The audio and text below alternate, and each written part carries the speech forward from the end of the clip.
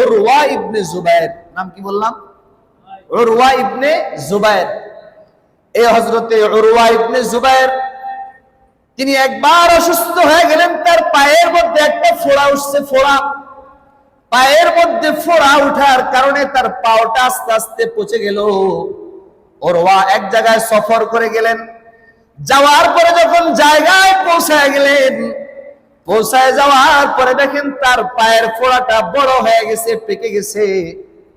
ওই সময় হযরতে উরওয়া ডাক্তারের কাছে যখন গেল, চিকিৎসকরা সবাই বহুত পয়সা বলল, ও ভাই আপনার পাওটা কেটে ফেলতে হবে। ইন্নালিল্লাহ বলেন। আচ্ছা বলেন তো, এই যে এটা যে বিপদ, ছোট না বড় বিপদ? হঠাৎ করে যদি আপনার পাওটা কাটার অবস্থা হয়ে যায়, তখন দিলের মধ্যে কেমন লাগবে? আরে আমি বুঝি আর হাঁটতে পারবো না, আমার পাওটা বুঝি নষ্ট হয়ে গেল। তখন যার এমন অবস্থা হয় সেই বুঝে কি অবস্থা। হযরতে উরওয়াকে যখন চিকিৎসকরা বলল যে আপনার পাও কেটে ফেলতে হবে, এছাড়া আর কোনো উপায় নাই, হযরতে উরওয়া ইবনে জুবায়ের বলেন ঠিক আছে আমার পাও কাটো। এবার হযরতে উরওয়ার পাও কাটার জন্য অপারেশন থিয়েটারে যখন নিয়ে গেল, এখন বলেন তো যখন পায়ের অপারেশন হয় বেহুশ করার দরকার আছে না নাই? কারণ হুশ থাকলে ওই ব্যক্তিটা ওই ব্যথা অনুভব করবে এত বেশি হতে পারে, ওই ব্যথার কারণে তার জানটাও বের হয়ে যেতে পারে। এই জন্য অপারেশনের রোগীগুলাকে বেহুশ করা হয়। হযরতে উরওয়াকে বলল, তৎকালীন যুগে বেহুশ করার কোনো অ্যানেস্থেসিয়া ইনজেকশন ছিল না। অবশ করার নিয়ম ছিল যে মদ খাওয়ায় দেওয়া হতো। মদ খাওয়ার পরে তার হুশ আর ঠিক থাকতো না। হযরতে উরওয়াকে তারা চিকিৎসকরা বলল, উরওয়া তোমাকে এখন মদ খেতে হবে যাতে করে তোমার সেন্সটা লেস হয়ে যায়, তোমার হুশ না থাকে, অপারেশনের সময় যাতে তুমি কষ্ট না পাও। হযরতে উরওয়া ইবনে জুবায়ের ডাক দিয়ে বলে, ও চিকিৎসকের দল, তোমরা যদি আমারে মদ খাওয়াও আমি বেহুশ হয়ে যাব, আমি আমার আল্লাহকে স্মরণ করতে পারবো না। সুবহানাল্লাহ, জোরে বলেন না সুবহানাল্লাহ।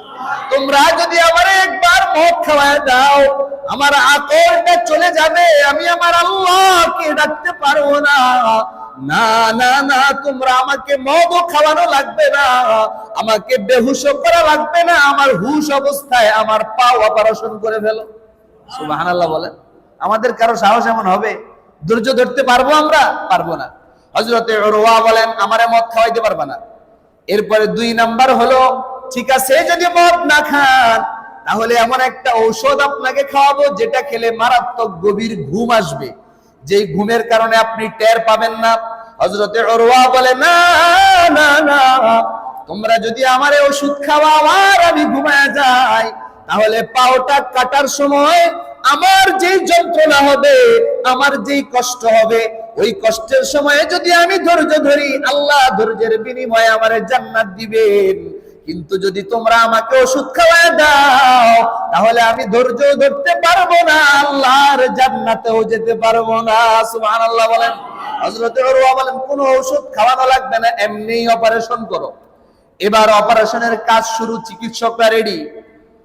চিকিৎসকরা পাও কাটার সময় আগে করাত দিয়ে, ধারালো করাত দিয়ে পাও কাটা হতো।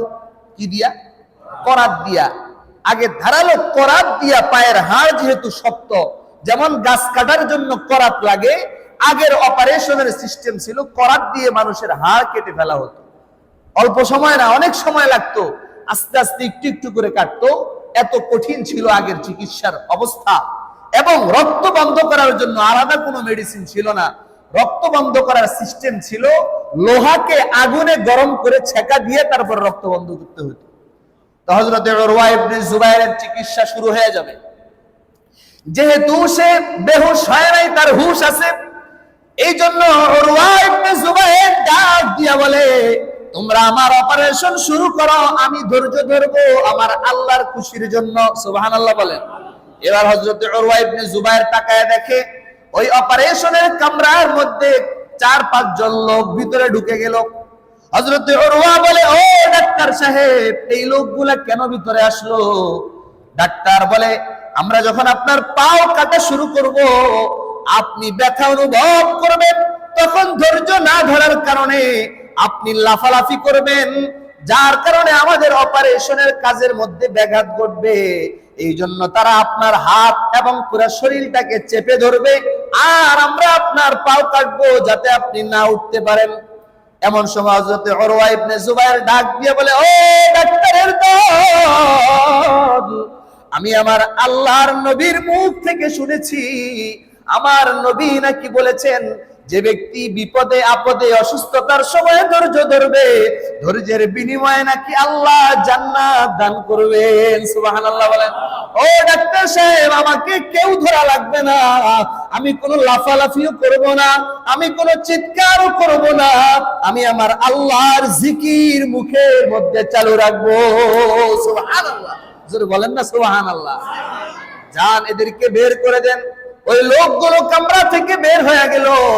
হযরতে উরওয়ার পাও প্রথমে গোড়ালি পর্যন্ত কেটে ফেলা হলো। পায়ের গোড়ালি কেটে ফেলার পরে হযরতে উরওয়ার করাত দিয়ে পরবর্তীতে পায়ের হাঁটু পর্যন্ত কেটে ফেলা হলো। এই পায়ের গোড়ালি আর হাঁটু যতক্ষণ পর্যন্ত কাটা হয়েছে, পুরাটা সময়ের মধ্যে হযরতে উরওয়া একবারও কোনো চিৎকার দেয় নাই, বরং পুরাটা সময় আল্লাহ আল্লাহ বলে জিকির করেছে। জোরে বলেন না সুবহানাল্লাহ। কত বড় ধৈর্যের পাহাড়! এত ধৈর্যশীল ছিলেন হযরতে উরওয়া ইবনে জুবায়ের। এরপরে যখন পাও কাটা হয়ে যায়, এবার রক্ত বের হচ্ছে, মারাত্মক রক্ত বের হয়। ওই রক্তটাকে বন্ধ করার জন্য লোহা আগুনে গরম করা হলো। আগুনে গরম করার পরে যখন রক্ত বন্ধ করার জন্য ছেঁকা দিল, হযরতে উরওয়া ইবনে জুবায়ের বেহুশ হয়ে গেলেন। এবার আর সহ্য করতে পারলেন না, এবার আর ধৈর্যের ভিতরে আর থাকলো না, ধৈর্যের বাঁধ ভেঙে গেল। হযরতে উরওয়া ইবনে জুবায়ের আল্লাহকে একটা ডাক দিয়ে বেহুশ হয়ে গেছে। সুবহানাল্লাহ বলেন না। দেখেন, পুরাটা সময় আল্লাহর নাম তার জবানে, বেহুশ হওয়ার আগ পর্যন্ত আল্লাহকে ডাক দিয়ে পরে বেহুশ হয়েছে। সুবহানাল্লাহ, কত বড় ধৈর্যশীল তিনি ছিলেন। যখন তিনি বেহুশ হয়ে গেলেন, হঠাৎ করে হযরতে উরওয়ার হুঁশ ফিরে আসলো। হুঁশ ফিরে আসার পরে তাকায় দেখে তার পাশে ওই কাটা পাওটা পড়ে আছে।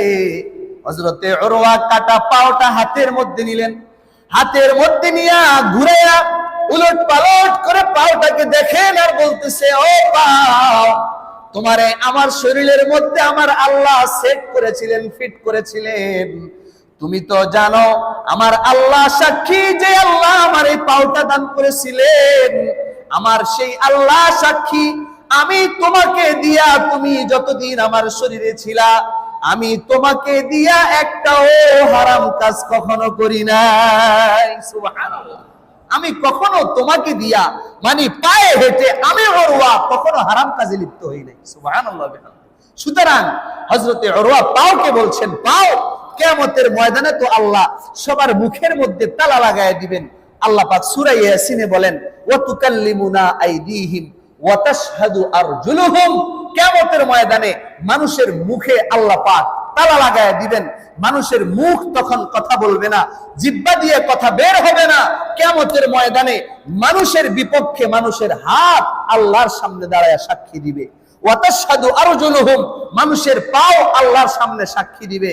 পাও বলবে, আল্লাহ, এই ব্যক্তি আমাকে দিয়ে হেঁটে হেঁটে অমুক জায়গায় গিয়ে অমুক গুনাহটা করেছে, আয় আল্লাহ, সে আমাকে ব্যবহার করে হারাম কাজে লিপ্ত হয়েছে। হাত বলবে, আল্লাহ, সে আমাকে দিয়ে আরেকজনের উপরে জুলুম করেছে। পাও বলবে, আল্লাহ, সে আমাকে দিয়ে আরেকজনকে অন্যায়ভাবে লাথি মেরেছে। ও আল্লাহ, আমরা তার বিরুদ্ধে আপনার কাছে নালিশ দিচ্ছি, আজকে আপনি তাদের থেকে এর হিসাব নেন। নাউজুবিল্লাহ বলেন। আমার হাত আমার বিরুদ্ধে চলে যাবে, আমার পা আমার বিরুদ্ধে চলে যাবে। হযরতে উরওয়া বলেন, পাও, আমার আল্লাহ দেখছে আমি তোমারে দিয়া কোনো হারাম কাজ করি নাই। সুবহানাল্লাহ বলেন না। সুতরাং কিয়ামতের ময়দানে আমার বিপক্ষে না, বরং তুমি কিয়ামতের ময়দানে আমি উরওয়ার পক্ষে আল্লাহর কাছে সাক্ষী দিও। সুবহানাল্লাহ।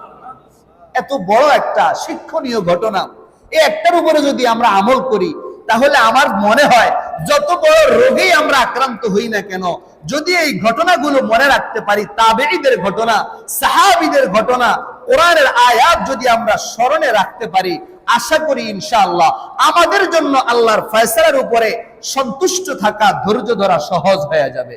পারবেন তো ইনশাআল্লাহ? সবাই পারবেন তো ইনশাআল্লাহ?